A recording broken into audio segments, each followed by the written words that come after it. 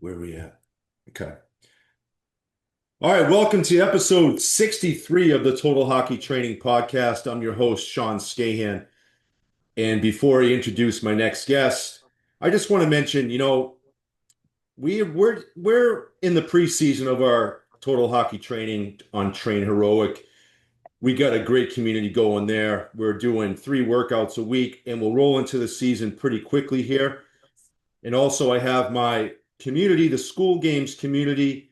We're at 90 members, and I love it. I post what I'm doing currently with my athletes, and we're posting a lot of content and videos, articles, and it's a lot of fun. So check that out. The links are in the bio for those. All right, my next guest. Really cool to have him on. He's one of my all-time favorites. And instead of just saying he's a beauty and he's a podcast host, I'm going to get into what his playing career is all about. Shane O'Brien. Shane is a former NHL hockey player born in Port Hope, Ontario. Played in the Ontario Hockey League with Kingston and the Toronto St. Michael's Majors. Drafted by the then Mighty Ducks of Anaheim in 2003, part of the massive 2003 NHL draft. Played for the Ducks, the Tampa Bay Lightning, Vancouver Canucks, Nashville, Colorado Avalanche, Calgary Flames, and the Florida Panthers. And as I mentioned before, currently he's the co-host of Missing Curfew. Oh, welcome to the show, buddy. Yeah, Sean, good to see you, bud. Obviously, we go way back. The Mighty Ducks of Anaheim. Yeah. Uh, yeah, it looks like keep an eye on you. You're doing great things now, buddy, and happy to be on. Hey, great. It's great to see you again and great to have you on. Like I said, one of my all-time favorites. Hey, I want to get into it. Talk about growing up in Port Hope, Ontario. What was that like? Yeah, small town. It's about an hour and 20 minutes east of Toronto. Like most hockey guys, I had a great family, right? A great support cast. My mom and dad, Pat and Pam O'Brien, and then my sister Katie. And then my uncle Dennis O'Brien played in the NHL. So growing up, um, realizing I had a chance at hockey, it helped a lot that my uncle played in the NHL and a couple other guys from Port Hope made the NHL as well. But to have my uncle, play in the NHL made me realize that a kid from Port Hope could do it. And the support I had from my mom and dad and sister was unbelievable. And you kind of put those two things together, and my belief in myself, it worked out well. But I was lucky to grow up in Port Hope. Gritty town, Sean. It's a gritty town, but it's home for sure. That's awesome. That is really cool. And so, talk about playing for the OHL in Kingston, and is Toronto St. Michael's is that still a team there? I've been there. I Nah, know that. yeah. So it's a school. It's a private school, somewhat of a private school in Toronto that at that time had a junior team that played right there in a very small rink, the St. Michael's Majors. I believe now they play. There's no longer an OHL team there. They may be in Mississauga, and I think they're called the Steelheads now. But Yeah. I'll go back. I'll go back to Kingston, and you'll appreciate this because when I came to you, I was a handful. When it came to working out as well. But I never really worked out growing up. Right, I came from a small town. My dad didn't really know anything about it. I didn't know anything about it. It's not like it is now, Sean, as Hmm. as you know more than anyone. And I get to my first training camp, and I had old school coach Larry Maverty. Rest in peace now, Mav. But it was a perfect fit for me. He wasn't a huge off ice guy. It wasn't the be all to end all. Like I remember I asked him a question. I said, "Is there going to be any running at training camp?" And he was sitting in his office, Sean, with a cigarette in his mouth. He's like, "I've never seen anyone run across the ice, kid." I'm like, this is my kind of guy here. That's So awesome. it was a good opportunity for me to get in there when I wasn't probably in the top shape. And then I started playing OHL hockey, and then Sean realized, okay, yeah, I have some talent, but there's more to this game. And then, shout out to Jason Saprika from Belleville, Ontario. Started working out and training with Soupy, and without him, I definitely wouldn't have made the NHL. And then I get to the NHL and meet a guy like you and realize there's even more to it. You know what I mean? Yeah, that's awesome. I want to go back to like that. I know I love going back and forth about those development camps. But Yeah. first time I met you, I'm like, oh, Shane O'Brien. That's an Irish name. Then I saw the Fighting Irish tattoo in the back. Like, this is a guy I could like go have a beer with at Malachy's in Quincy, where I Yeah. know that like, okay, this guy's got my back. But Yeah, talk about that. I remember vividly, like were you an overager in that draft? No, yeah. So I had a unique situation. Hmm. My first year in the Ontario League, I was projected in. You remember how I don't know if they still do it, Sean, but they do North American and European players, right? So you're projected in North America. I was projected fourth round, so yeah, I could have went anywhere from that round to later. But my agent thought once you add the European players in, obviously that I would probably be a late round pick. So once again, me and my dad, we didn't really know, how it worked, or we're learning on Hmm. the fly, and we decided to opt out of the draft. And the next year, I have a really good year in Kingston. I don't get drafted because in that situation, if I get drafted, now I have more leverage because I could play an overage year and then be a free agent. I didn't know that at the time. So long story short, I get traded to St. Mike's, and our old buddy Timmy Brent was our captain, Oh yeah. who was drafted by you guys, and Yeah. Tom Watt, love Tom Watt. Yeah. He was coming to check out Timmy Brent all the time because he was a second round pick of the Ducks, and Tom loved my game. I was lucky enough to get traded to Toronto. I love Larry Maverty, but Dave Cameron kind of opened my eyes a bit, Sean, to like, okay, there's more to hockey than just going out and playing hard, physical, being a good teammate. Like you got to do the extra in the gym. You got to be, there's more to it. And his details to me woke me up. We had a great playoff run, made all the way to the conference finals, lost to Ottawa, and then boom, the Ducks took me in the eighth round. So I was a unique situation because I opted out. Well, there's 7 rounds now, right? There's 7 rounds now. Yeah, I was Oh, eighth, so I wouldn't yeah. have been picked. I But wouldn't have been picked. think about that draft. Like seriously, how many good players, including yourself, came out of that draft? Like Yeah. it's probably the best of all time, I gotta think, right? Yeah, it is. And my dad sometimes still, kicks himself for saying we should have went, we probably should have entered the draft because I wanted to. I was like, Dad, I just want to get drafted. I don't care what round. Yeah. But like, Sean, everything happens for a reason. Like Hmm. the Ducks were the perfect fit for me. Like, Hmm. obviously working with a guy like yourself, right? Like you were new school, but you were old school. Like you Hmm. understood and it was a give and take with you. Like it was you let the boys have fun. At the same time, the next day you had to come in and work. And then, big Brian Burke comes in and he's an Yeah. Irishman and like Ducks hockey's tough. It's like, Yeah. maybe it was meant to be. Maybe that's the reason we opted out because the Ducks was a good fit for me, and obviously Getsy and Pears, Penner and Kunitz and Loops and Yeah. BA. I mean, it's just like wow, it was Yeah. such a great group of guys. Yeah. I want to talk about that because those development camps, I'll say this, Olds, like you guys came in for like 2 weeks at a time. And this was like before, quote, development camps. And I remember Chuck Fletcher, who was the AGM at the time, Yeah. he's like, hey, we're gonna bring in these guys for workouts. I'm like, great, like awesome. And and like I'm not throwing anyone under the bus, but like our training staff didn't work in the summers. And No, so no, like it was just me it was just you. do it, and then Guido, my friend Guido came in, he Yeah, had a great time. And yeah. like and I want to talk about that picture you post sometimes. Like how many studs are in that picture? And like Oh, talk about like I think that was a huge impact. Maybe I'm over analyzing it, but it was a huge part of our culture growing the Ducks. I really dude. think that. Buddy, that's exactly where I was going with it. And you deserve a lot of credit, man. Like, it was just you for 2 weeks. Like, if you Yeah. think, I tell people now, guys that are in the NHL now or working for teams, I'm like, boys, we came in with the strength coach, Sean Scahan. They gave us two white vans, Yeah. threw us the keys and said, boys, and we weren't even skating. We'd come in and do the workouts.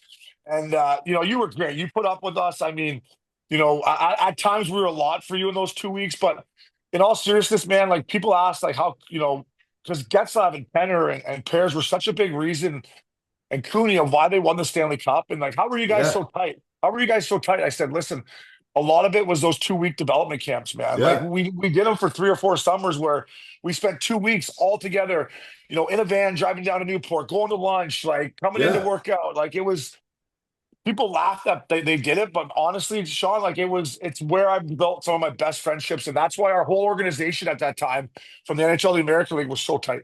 Oh, 100%. And I'm going back to like what development camps are now. Now, when I worked with the new organization I work with after the Ducks, we brought in like 50 plus guys 1 week. Um, power skating, scrimmages. Yeah. And I was just like, like out of those 50 guys, maybe 10 would see the National League. Yeah. But like to me, like development was about, especially that time of the summer, was learning how to train. And yeah, it was great. I didn't know or care what you guys did outside of those 2 3 hour blocks. I mean, I wasn't born at night. No, no, I was born at night, not last night. But like Yeah. that was fun because you guys did show up.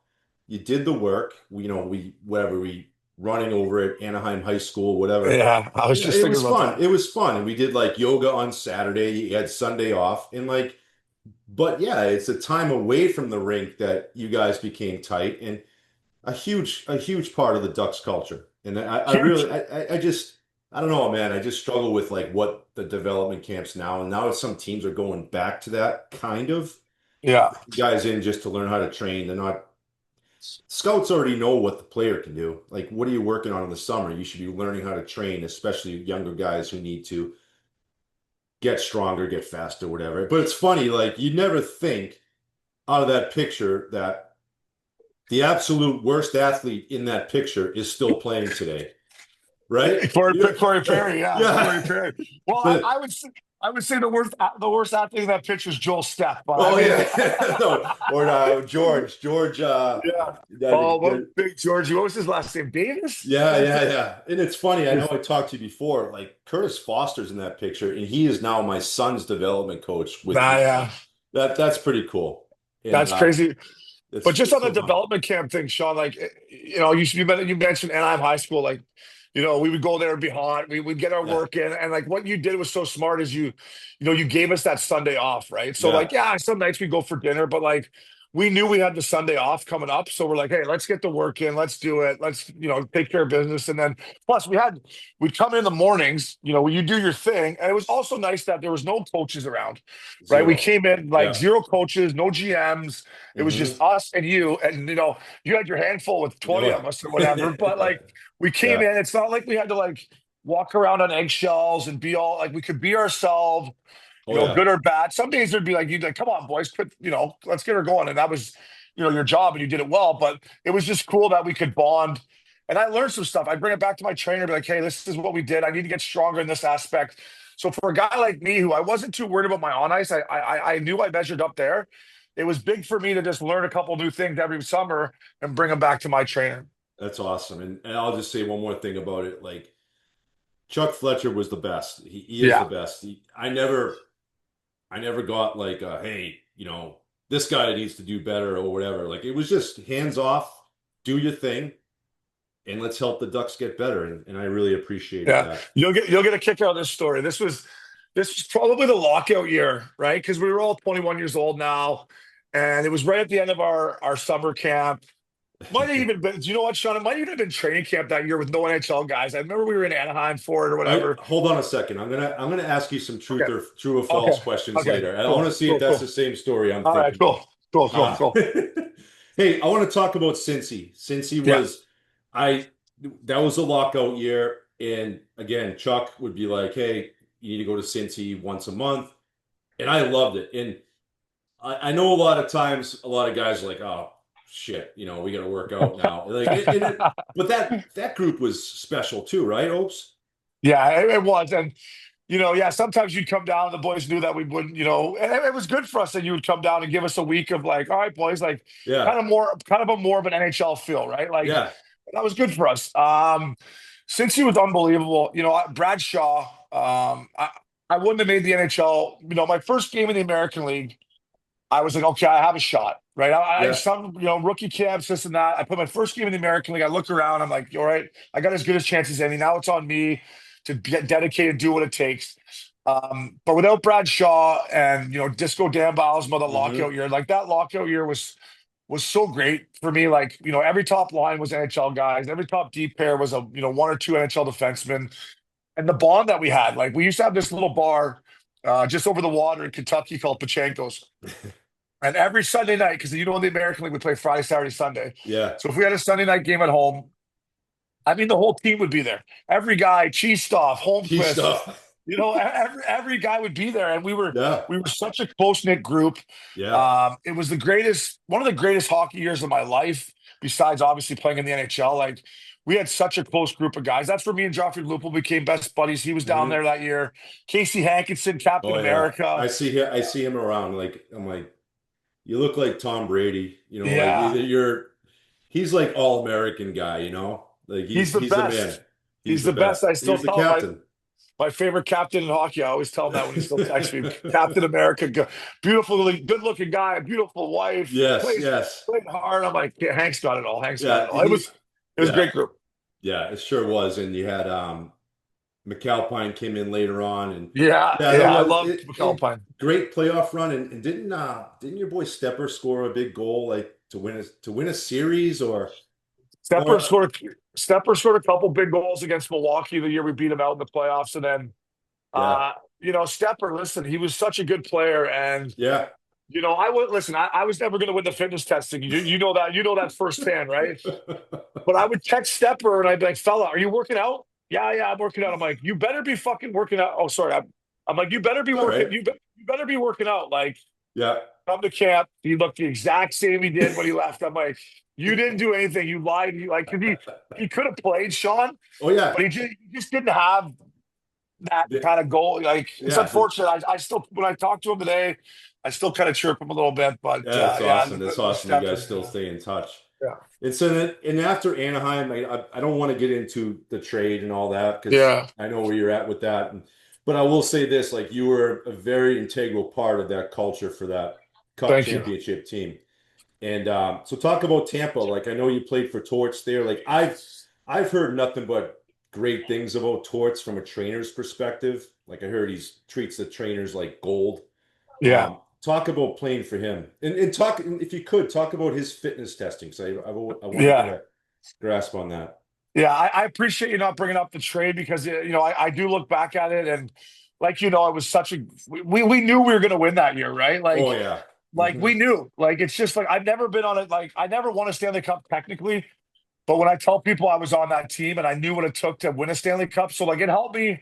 Even though I didn't get to enjoy the most fun of it was going through the war with the boys and winning it, and all the cool stuff that comes with it. I got a taste as a rookie of what an NHL Stanley Cup team entails. So that helped me Yeah. throughout my career, even though I do wish Berkey could have just traded me in the offseason. But for Torch, listen, I fly in from Anaheim.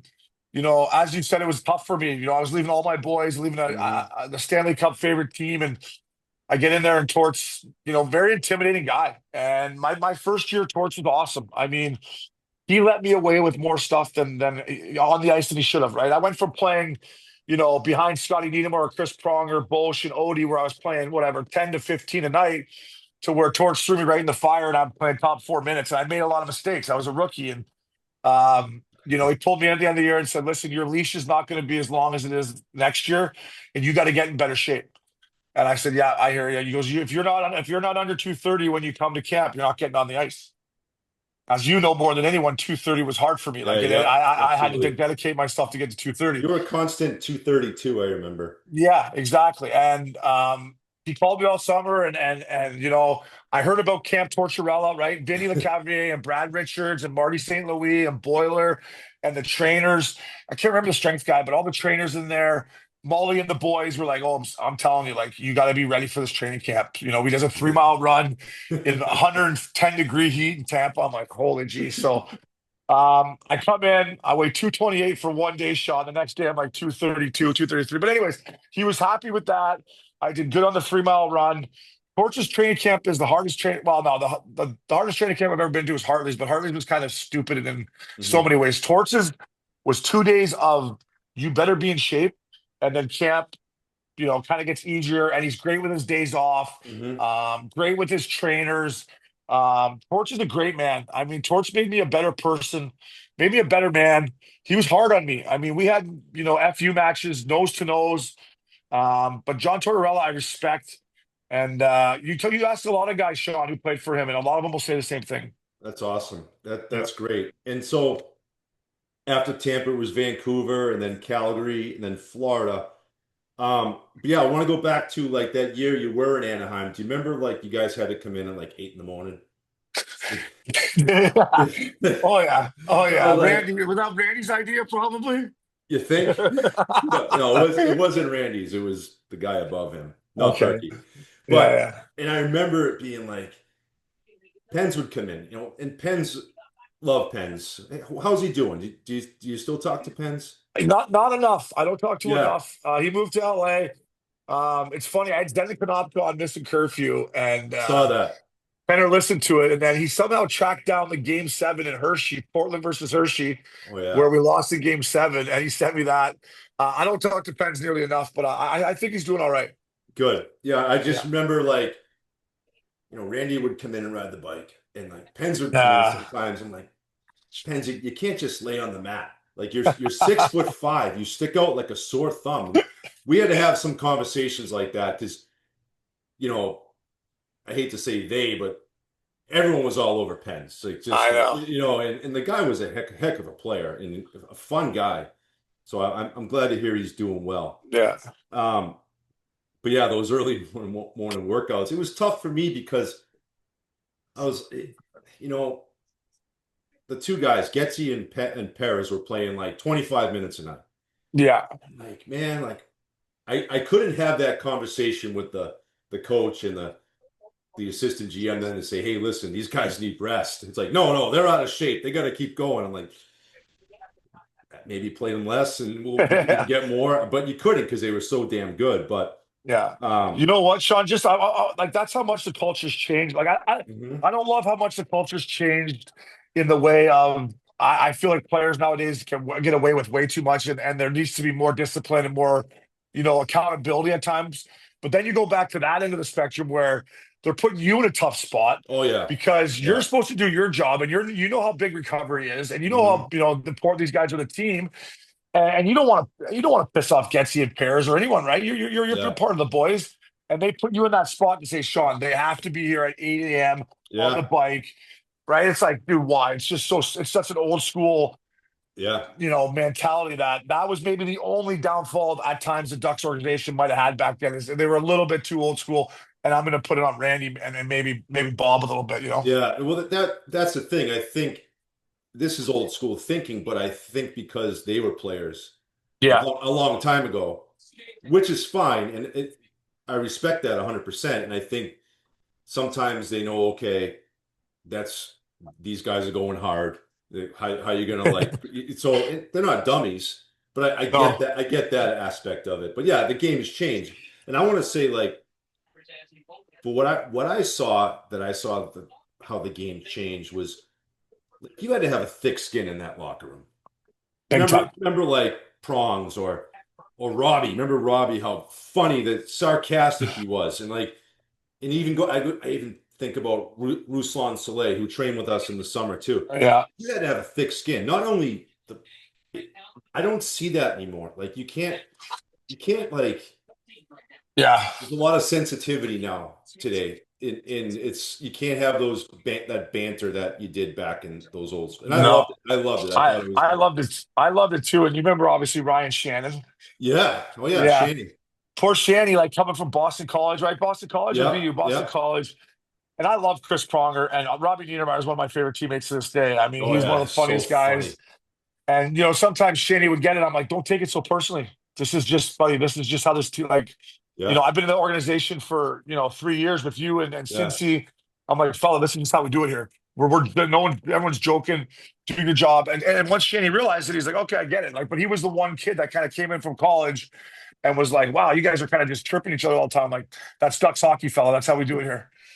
Yeah. I just remember like Robbie, when we first got him from Florida, I didn't know him. And I like he was doing some shit. Like he was like I remember one time we had a workout after a game. He comes walking in with his sandals on. I'm like, hey Robbie, would you mind would you mind going and get your sneakers? He looks at me, he's like, 8 years, bud. And he kept walking in the gym and Oh lifting. yeah. And then there was another time, like he went to Oh yeah. one of our guys was going to like get his gloves in intermission, and he goes to hand the guy the gloves and just drops them in front of him. Like it took a while, like, and there was one time he's like, "Hey, bud, you realize I'm kidding all the time?" I'm like, "Oh man!" Yeah, We have a great relationship with that. And yeah. go ahead. There wasn't one time in his life he wasn't joking around. Like, No, I I mean, know. Yeah. when the game started, he was obviously a great player, right? That Oh third yeah. line the year they wanted a Paulson, Mullen, and him was unbelievable. But I remember I got my first goal at a Gordie Howe hat trick, and I'm all excited, right? I got a picture with Flash after the game, and and he comes over, he's like, "Hey, bud, peaks and valleys, bud, peaks and valleys." But I'm like, that stuff is like gone from the locker rooms. Maybe I'm wrong, but "No, I don't like think you're it's wrong." yeah. So one there, no one's No, but anyone's I'll gonna tell you see. what, Jiggy fuck. I mean, sorry, Jiggy. Like you Oh, know more than anyone. Like he didn't he's a want to get scored warrior. out of practice, man. And like when he signed with us in Colorado, and I kind of warned the boys. I'm like, hey, listen, like obviously shoot to score on jigs, but like don't be like pumpernickeling. And he doesn't like it. And then they found out quickly that he didn't like it. But Jiggy, man, it was pretty cool. Jiggy, I got to experience him as a rookie in Anaheim with Hmm. you guys. And then fast forward, I got where I was a veteran and he was a veteran, sitting on the back of the bus with them Yeah, and dinners with them. Not that I didn't do that in Anaheim, but he was.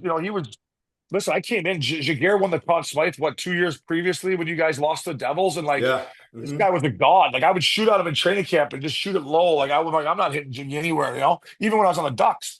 And then to be able to kind of get the other spectrum of being a veteran with him was pretty cool. Yeah, you'd see his stick in the netting sometimes above Yeah, the. I He know, was a right? hardworking guy. He's just a great guy. Yeah, And you know what, Obes, I really enjoy like you're always an honest guy. And here's a question I was going to ask. True or false?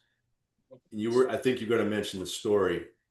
During that training camp at the hotel, you had a case of beer in your shoulder walking into the hotel and you saw the management. The new management for the Ducks that just took over. Is that a true story? that is a true story. That is a true story. I got the camp had just ended. It was, I believe it was a lockout year, right? I think it was a lockout year. Camp had just ended, so I'm walking in with a case of beer, and I got Subway in my hand, and Bob Murray and Chuck Fletcher are coming out of the hotel for some reason. Call it bad timing, call it whatever you want, but Chuck had a good laugh at it. They both did. And I think it was Bob that said, well, at least you're trying to Candid. eat.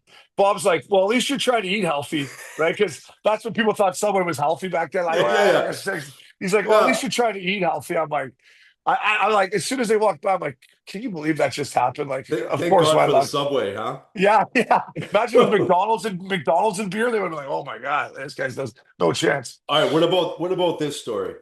I Mhm. You were playing for Colorado, and I want to say you came back from All-Star break, and I don't know where I heard this from. You marched right into the coach's office and said, "Hey guys, sorry, I might have outshot the runway a little bit." Is that a true story too? Yeah, I think you're talking about the Olympic break in Vancouver. Okay. We came back from the Olympic break, and now they have the bye weeks, right, Sean, where these guys Yeah. get like 10 days. It's too long. I never want. I would even to this day. I don't want that much time off during the season. And Hmm. I came into Rick Bonus, and I said, Bonesy, I got to tell you, buddy, I think I overshot the runway here. You might have to ease me back into shape here or whatever. And he just kind of shook his head at me and had a chuckle. But the first couple practices back from that, thank God AV wasn't there. I don't know. He was dealing with some family thing. Somebody was either getting married or he was maybe took a couple extra days, but it wasn't pretty, Sean, when I got back from that Olympic break. That I know it wasn't pretty. I'll tell you this story too. Like I don't know if I ever told you, but I think I was talking to Chuck. I think we were talking about you because I'd have conversations with him about players, and it's like, For yeah, sure. he's like Opie's end of the year meeting in Cincy. We were talking to him, and we were talking about your honesty. I'm like, yeah, he'll tell you sometimes to a fault, like, Obi, maybe you shouldn't say that, but Yeah. he's like, yeah, you're talking to Brad Shaw and Chuck, and he's like, yeah, you're like, yeah, Shawzy, sometimes you're having your meetings, and I'm thinking about what I'm gonna have for lunch that day. I don't know. I just remember that. Like, I don't know. I just, yeah, this. Yeah. But what I'll say this though, like what I really respect about you, you did your career your way, and I just want to talk about missing curfew and how, like, to me, it's you, man. It's you. There's no fluff. This is the stories you tell are like from your heart, and there's no, you know, no sugarcoating anything. So talk about how you and I want to first, yeah, talk about that. But first of all, I want to talk about your relationship with Loops and Yeah. Upshaw, because we did have that. You guys did train with me that summer with Billy Brookbank, who's awesome guy. I saw him in Pittsburgh a couple years Billy's the ago. man. Great to connect with him. He was the best. We did our workouts in the summer, but I'll never forget like when I thought about like that crew you guys had. The show Entourage was pretty popular then. I'm like, they're like Entourage, like Loops and Vinny Chase, and Yeah. like there was a time when you guys came in puffing your chest out, like, yeah, we can't work out tomorrow. We're gonna be on the set at Entourage. I'm like, oh, that's pretty cool. And I remember like I watched it religiously every Sunday night, and I remember watching the episode, and it was like you, Loops and Pens walking across like the lobby of whatever Ari's office. It was like a 3 second clip. I'm like, they missed the whole day of training for that. But like talk about like your friendship with those guys, and how, you guys are still tight. Obviously you and Yeah. Uppy are doing that podcast, and talk about that, bud. Yeah. Loops, man. He just had a baby girl, Emerson. So he's a dad. Yeah. Yeah, exactly. That's good for Yeah. him. That's a Dude, scary thought. yeah, it is a Yeah. scary thought, right? I'm like, dude, I was over there, watching our Jays play and hanging out with him and his baby girl. And I'm just like, wow. Like Wow. I never thought Loops would ever have a kid, but he's a great dad. And I think you would agree with this. Like, Loops sometimes he gets painted with the wrong brush. I mean, like Yeah. obviously the way it ended in Toronto wasn't perfect for him. Hmm. Loops was great for me, man. Loops was a hard worker. Loops was Yes. dedicated. There's were days I would come in there and I maybe wouldn't have been motivated. Like it's almost too bad that I look back now and I would love to go in for one of those workouts. Like Hmm. I would love to go in there with the boys and give everything I got. Like Hmm. just at that time of my career, like the summers were long to me, and Yeah. when it Yeah. came to training and Loops, but he pushed me and. Yeah. Like I want people to know like Loops, he was a very dedicated guy to his craft. And yeah, he had some injuries, a lot of Yeah. He injuries, did. man. It Yeah. sucked. Like, It did. but I when remember he that. came in there to work out, like, he was always probably there before me, right? I come Yeah. rolling in and he'd always be rolling out and he pushed me and motivated me to work harder. And he's a beauty. We had tons of great times off the ice. Like you said, Yeah. we got to become Yeah. buddies with Kevin Connolly. Yeah. And That's listen, Sean, awesome. we thought we were entourage at times, right? We thought we Yeah. were. Absolutely. Um, and listen, we had a great time, but I want people to know that like Loops, he pushed me to make me better off the ice, and that guy was dedicated to being the best he could. It's just Yeah. unfortunate with injuries. Yeah. I remember that game he had four against Colorado. Yeah, I've never. I'll tell you a funny story about Loops, or not funny, but so we came to El Segundo for rookie camp, rookie tournament, and it's our first practice. And I knew who Loops was, right? Sixth or seventh overall from played in Medicine Hat, played World Juniors. I knew who he was.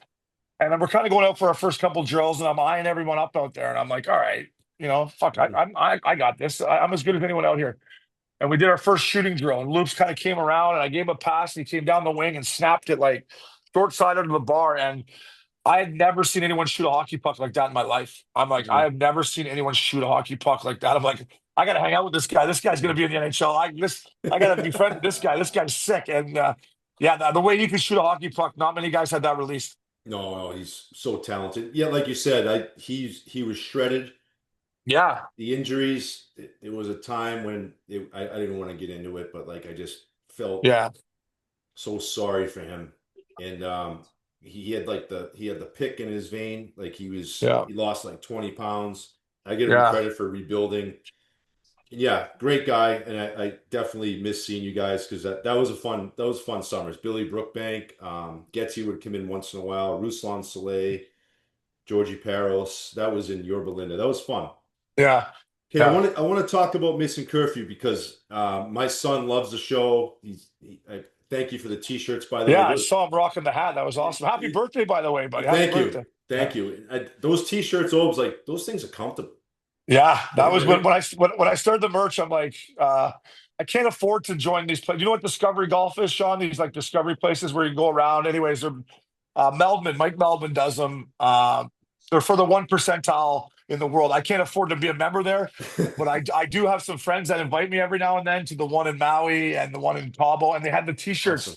And I'm like, if I ever start missing, or we ever do merchandise, we're doing these tees. So they're comfy because you'll wear them when they're comfortable, right? Yo, absolutely. They're Yeah. really nice. But yeah, talk about missing curfew because it's awesome. I love Thank what you you. guys are doing and talk about that. How to get started and talk about where you guys are going with it. Yeah, thank you, thank you. Listen, Sean, you know as well as anyone. I mean, I retired at hockey at 35. Hmm. I was single. Uppy was still playing. Loops had moved to New York to kind of open a bar and do his thing. My OG Newport crew were all starting to have kids. I had a lot of free time, and I made some money when I played, but not nothing crazy like some of the guys out there. So I needed something to do, and um, when I first retired from hockey, Sean, and I don't know if I would advise guys that do this, I kind of took a year or so away from the game. Like I didn't watch hockey. I didn't really talk to anybody in hockey. I didn't really want anything to do with it. I'd watch playoffs because Hmm. playoff hockey is the best, but I wouldn't really, I was kind of done with it. I was just like, I had a kind of a sour taste in my mouth with the way it ended and what happened with Bob Hartley in Calgary and whatever. Then I kind of realized like, that'd be like going to Harvard and coming out of Harvard with a degree and then, not using it. It's like I was so lucky, Yeah. the people I met, the experiences that I had to play in the NHL for 10 years, to be on a Ducks team that won a Stanley Cup. Like, Hmm. I deserve to stay in part of the game. And, I started in Vancouver doing a radio show for 15 minutes on a Wednesday. And shout out to the NHL Sirius XM, Steve Koulis, Bruce Bolton. They gave me a job with them. And then Uppy retired. And, obviously I saw what the Chicklets boys were doing on the East Coast. And I said, Uppy, why don't we give this a shot, man? Like, we're out here on the West Coast. It's tough because the Spit and Chicklets are so big, but let's try to be different and Hmm. in our own way. And It's we awesome. started doing it, and lucky enough, shout out to Kevin Connolly. Kevin Connolly helped us get it off the ground at Action Park Media, and now we're lucky to have DraftKings and Labatt Blue and Jagger. And honestly, Sean, I didn't think it would get to where it is now. Missing curfew, it's been so good to me. I'm lucky to keep doing it, and then it gives me that kind of locker room feel where I go in there with Uppy, and now we got Brad Richardson, who I grew up with, Jordan Smoltz, who's a great USA-born player. You would love him. Hmm. So it's cool, and very, very lucky to be able to talk about the game that was so good to me. And I'm very lucky that Mr. Curfew's around. Awesome. Yeah, you'd always I would say this, you always appreciated the NHL, right? Yeah. Great league. Great league. Best in the world, fella. Best in the Yeah, world. best in the world. Well, all of us, this has been unbelievable. Been great just to see you and talk to Yeah. you and go down memory lane a little bit. And yeah, man, thanks for coming on. And if for my listeners, if you probably heard of the podcast, but check them out. They're pretty entertaining. And like I said about Obi, it's real. And Yeah. please check them out. But Obes, thanks for coming on, bud. Hey, my pleasure, buddy. I'd love to have you on Mystic Curfew here in the next couple months or Oh, whatever. that'd be When sick. we could tell all the good stories about the boys back in the day. And Yeah, thanks to you, buddy. You listen, man. I was a handful at times. you're the Fitness was best. not my strong point, so you stuck with me and you made me better, and you helped me get to the NHL. So I appreciate it. I'm What, always anytime you need me. one more question. How many times did you get asked, "Hey, Obes, if you did, if you trained harder or if you're fitter, but you know what? Who you are, man. Like if you played at Yeah, 230, 230, how many times does someone say, "Hey, you can have another zero on your paycheck"? yeah, A a lot, lot, right? a Yeah. lot. And the thing, like the one thing about me, maybe throughout the season, you know, I maybe let it slide a little bit into the second half of the season because it's a long year. But Oh like, yeah, it's a long year. for me to stay in the NHL for 10 years, I tell people this, like, was I the most dedicated athlete in the league? No. Did I win the fitness testing? No. But I stayed with the big boys for 10 years. And I did what it took in the summer to come into camp ready to go. And you know Yeah. that more than anyone, right? I come Yeah, yeah, in ready to absolutely. rock. And, looking back, maybe the stuff I did through the course of the year, like the fact that I didn't have like my own nutritionist or chef looking back, Sean, is like one Yeah, thing, like I should have had that. Like, because a back lot of then, times, yeah, right, as a it's a long single time guy, I'm ago. like, yeah, the single guy, I'm like, fuck. Oh, sorry, as a single guy, I'm like, I should have just.